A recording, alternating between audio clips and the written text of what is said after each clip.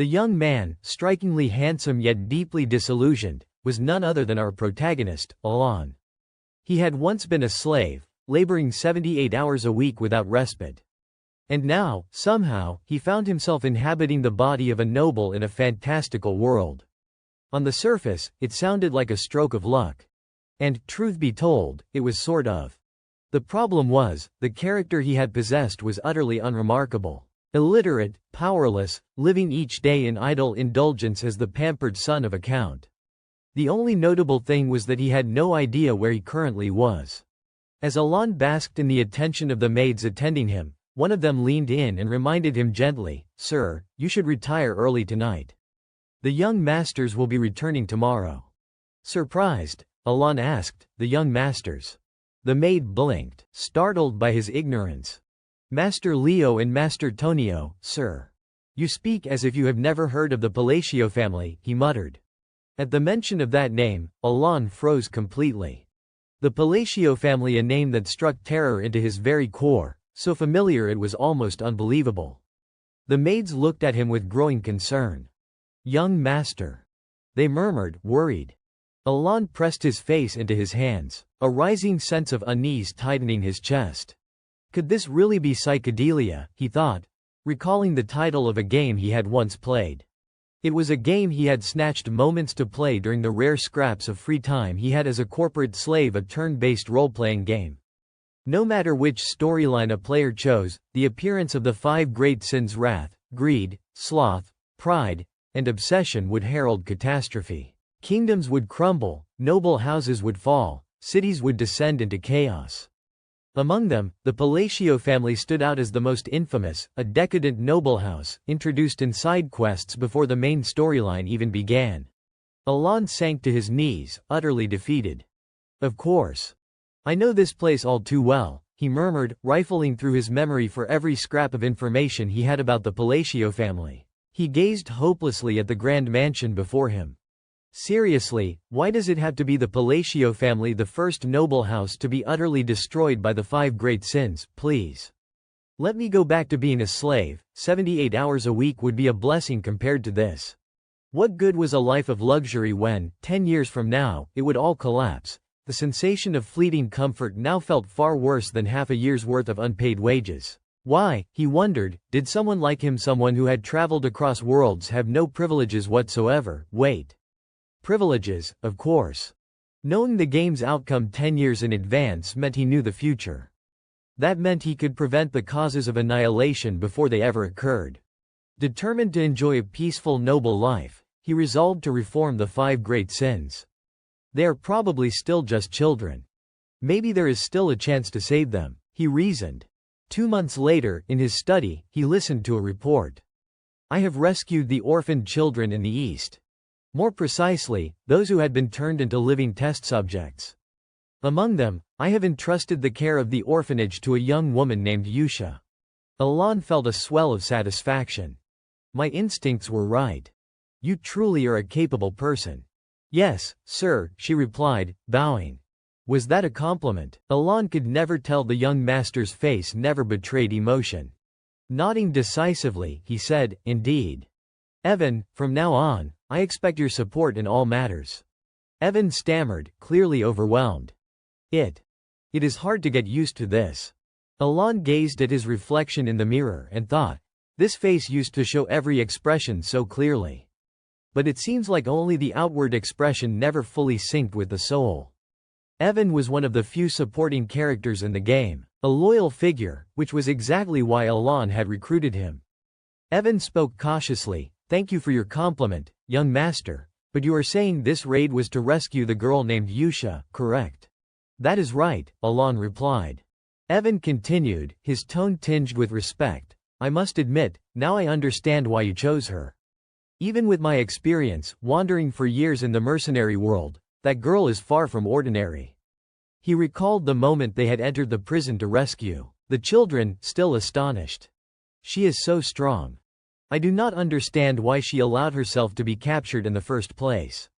Why did not you bring her here? Would not that have been to your advantage?" Alon nodded in agreement. "A fair observation." He fell silent for a moment, deep in thought. On the surface, it may seem like I am wasting an untapped source of power. But maintaining the current state is part of the plan. She is a member of a bloodline that has signed a contract with an indescribable entity from another world, a being of unimaginable power. In the future, she would become Wrath, one of the 5 great sins, responsible for hundreds of deaths. But if she is raised in a peaceful environment, she may never walk the path of destruction. In that sense, I have defused the first ticking time bomb.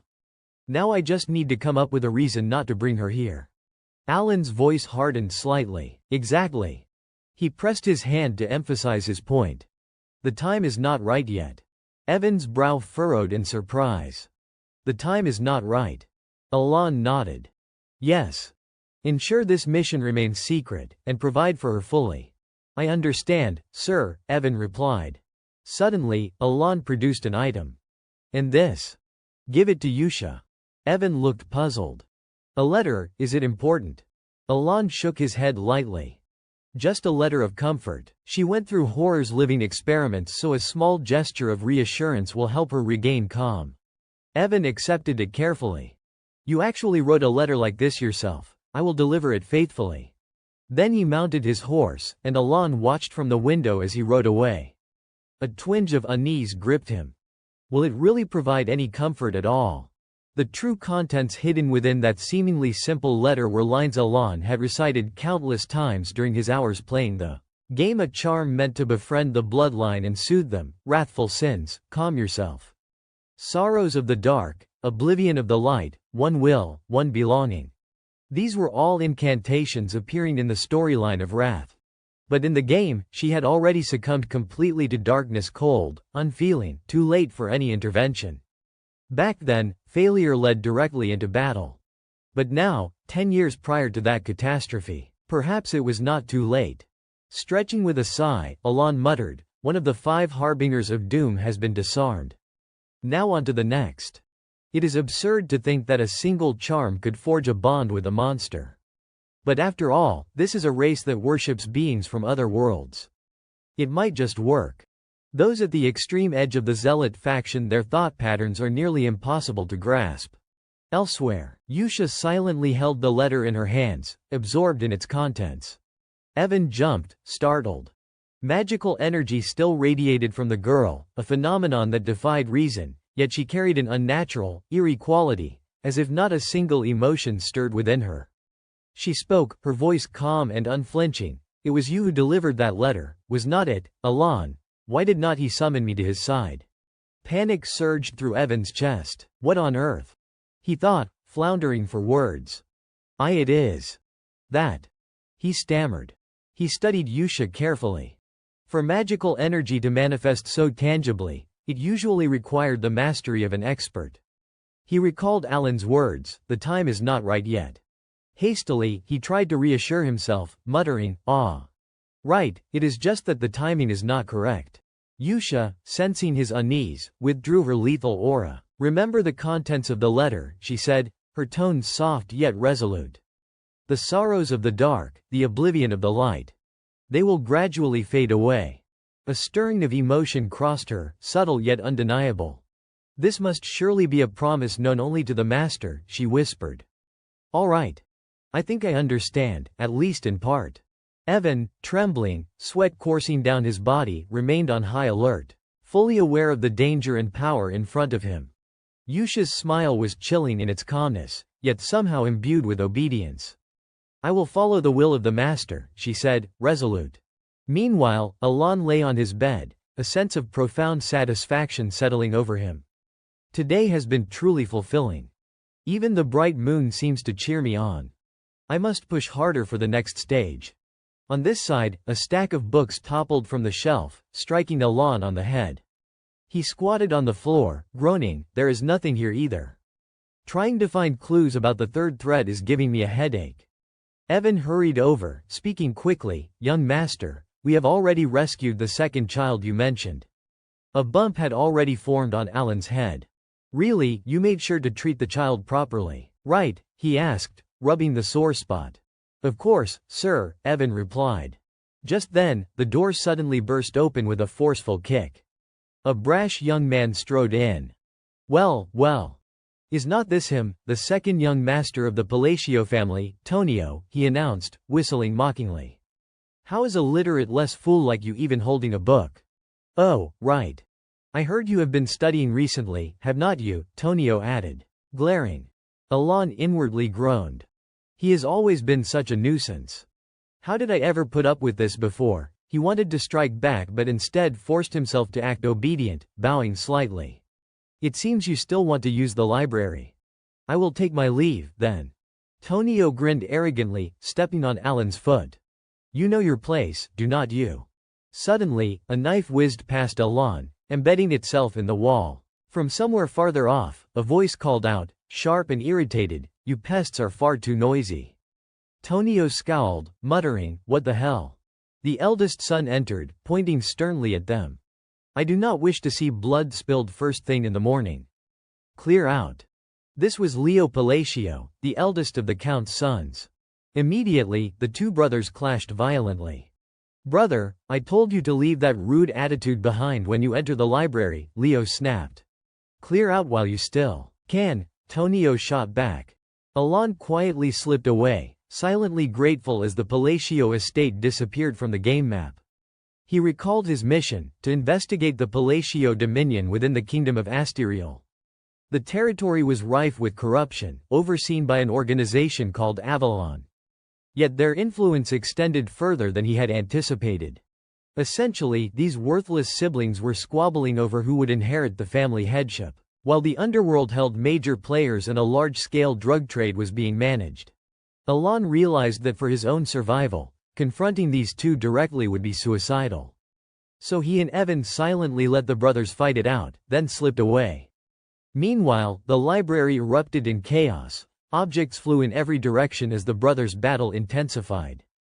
Evan adjusted Alan's hair, and Alon inwardly resolved to enjoy life as the weak, illegitimate, and seemingly powerless son of the family. He returned to his room, stretching out with a sigh. Even though the second child they had rescued seemed far from ordinary, Alon lounged lazily, perplexed as he glanced back at Evan. Evan, in turn, was equally baffled. How could someone like this know about the illegal slave market, or the secret biological experiments taking place in other regions? Alon yawned and muttered, exhausting. Evan suddenly spoke up, hesitant yet curious, young master. You are truly unusual. You sent that child to an orphanage. Alon did not meet his gaze, his thoughts wandering. Unusual, that child is not just unusual. He is destructive on an entirely different level. Within an empire forged from multiple allied nations, with Callian as the central kingdom, the boy rescued from the illegal slave market was actually the second overlord of psychedelia, Deus Macallian. After being sold into slavery and repeatedly abused, transferred from one place to another, he became the embodiment of one of the 5 great sins, sloth. He had transformed into something almost demonic, a living embodiment of ruin. Then he went on to destroy entire nations in ways more horrifying than I could have ever imagined. This particular segment of the storyline had left countless players stunned at the sheer brutality of the game. Despite being labeled as sloth, he was recognized as extraordinarily diligent, repaying both kindness and enmity many times over.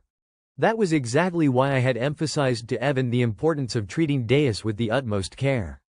Trembling, Evan held his teacup, muttering in awe, it is incredibly vivid. Alon, calm as ever, replied, the reason I sent him to the orphanage is that the time is not right yet. I suspected as much, Evan responded. So the letter you sent to Yusha. It was about the second child.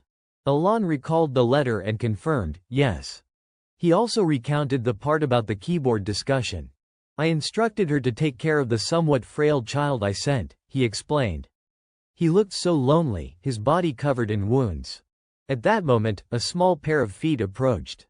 You. A calm, unmistakable voice called from behind Deus. Are you broken? The words carried an eerie serenity, and a faint movement of his hand left traces of that presence. Yusha stepped forward, addressing Deus directly. It is you, Haeyang, is not it? She smiled, adding, yet the great moon still chose you. Congratulations. Her smile twisted with a witch-like malice, her entire being radiating immense magical power. Now, feel the power you have been granted. and let your potential be unleashed. She extended her hand toward Deus, smiling. If you remain loyal and follow your master's orders, vengeance will be yours. Gradually, magical threads began to emanate from behind him. Yusha, eyes on the letter, said softly, "Now it is time for me to send my first reply." Under the moonlight, Alan's words appeared before her. She intended to deliver them with a gentle greeting. Meanwhile, at the Count's residence where they were staying, Evan flung the door open and stepped inside. Alan murmured, "So? Where is the third person?" Suddenly, Evan said, "A big problem, sir." "The scoundrel." "No, I mean, the second young master," Evan clarified. Alan raised his head, startled. "What, you are saying that young master is dead?" The death of the second young master had occurred completely unexpectedly. Indeed, they soon gathered at the funeral for the second young master. On either side of Count Palacio stood two beautiful young women, pouting playfully. "Master," the other one keeps complaining. "When will this end? I am so bored," one whined. The other chimed in, "I am hungry." Alan could only stare, speechless. Bringing drugs and women to the funeral of one's own son, he already knew this family was corrupt. But this was true dark fantasy. Alan glanced at his own older brother. After all, Tonio had died from an accidental fall, which was different from what he remembered. In the game, the man beside him had been the killer, finally. "After 50 years, I have killed that vermin.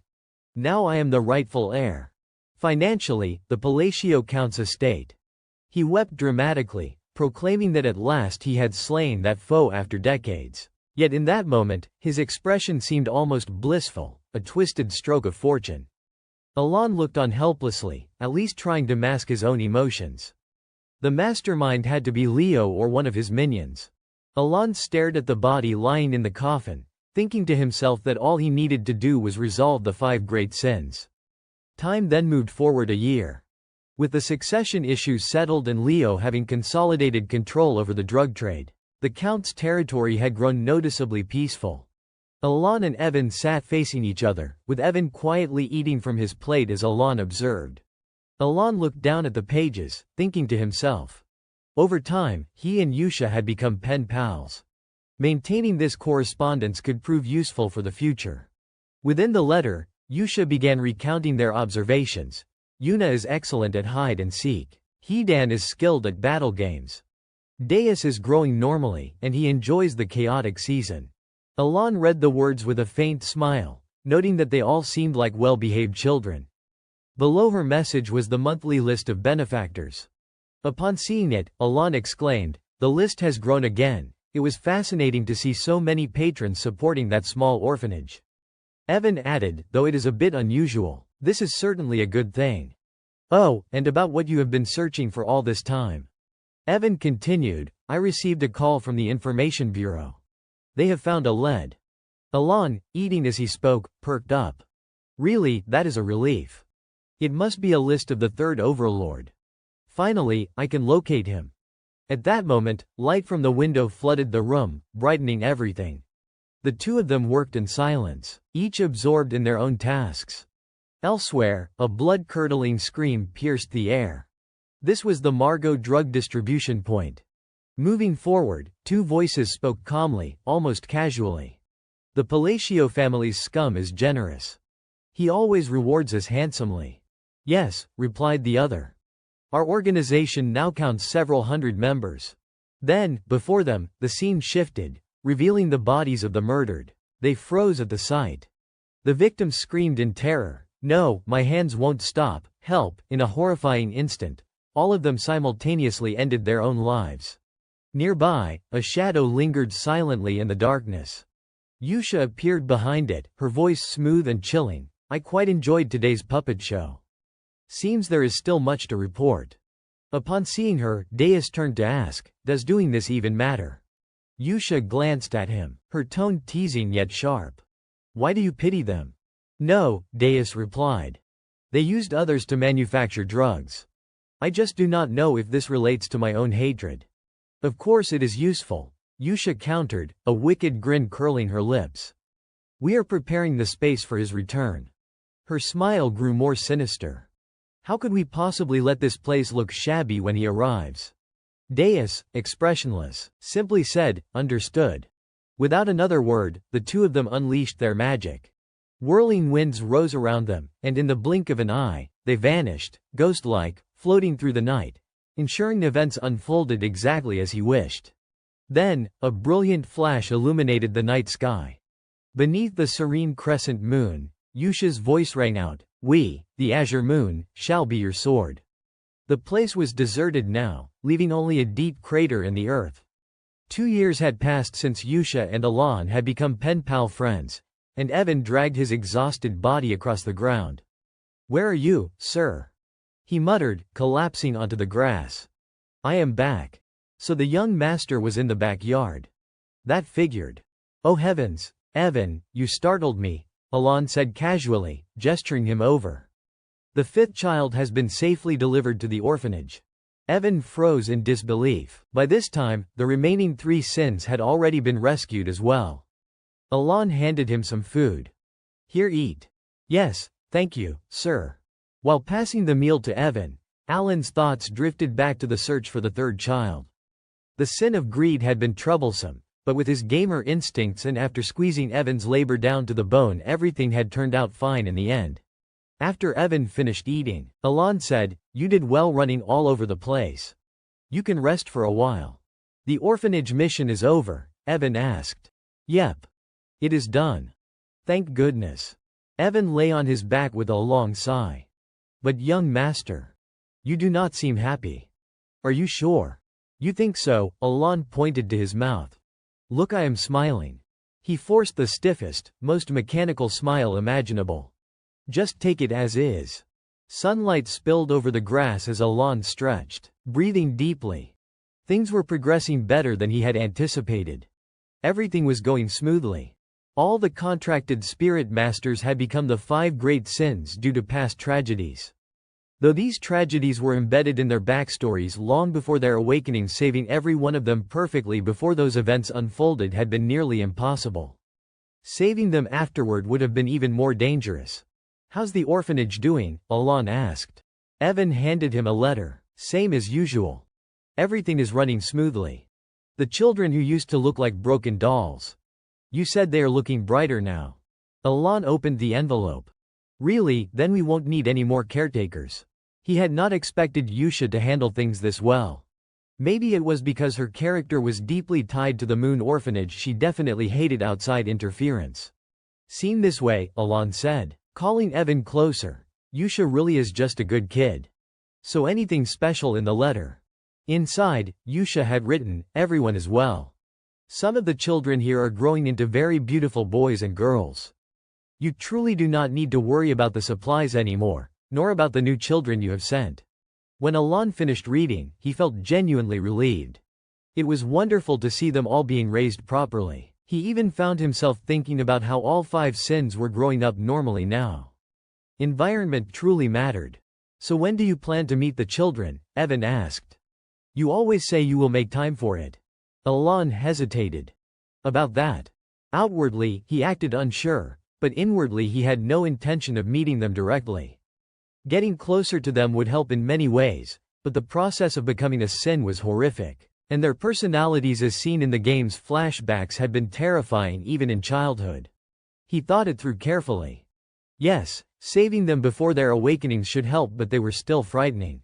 "Maybe next year," Alon finally said. "I understand." He let out a breath of relief. Anyway, in this grim and dark fantasy world, what you need most is some self-defense. Magic requires talent, and I happen to have it. Evan spoke up. "But young master, have you ever heard of the Blue Moon?" Alon answered honestly, "No. Never heard of them." Evan explained, "They are an organization that has grown pretty famous lately, one that hunts down criminal groups." Hearing that, Alon raised a brow. "So they are basically taking out the trash. Sounds like a good thing." But deep inside, he suspected this was not part of the original story he knew. With deviations like this, he figured the group would probably disappear before long. Evan's voice grew stern.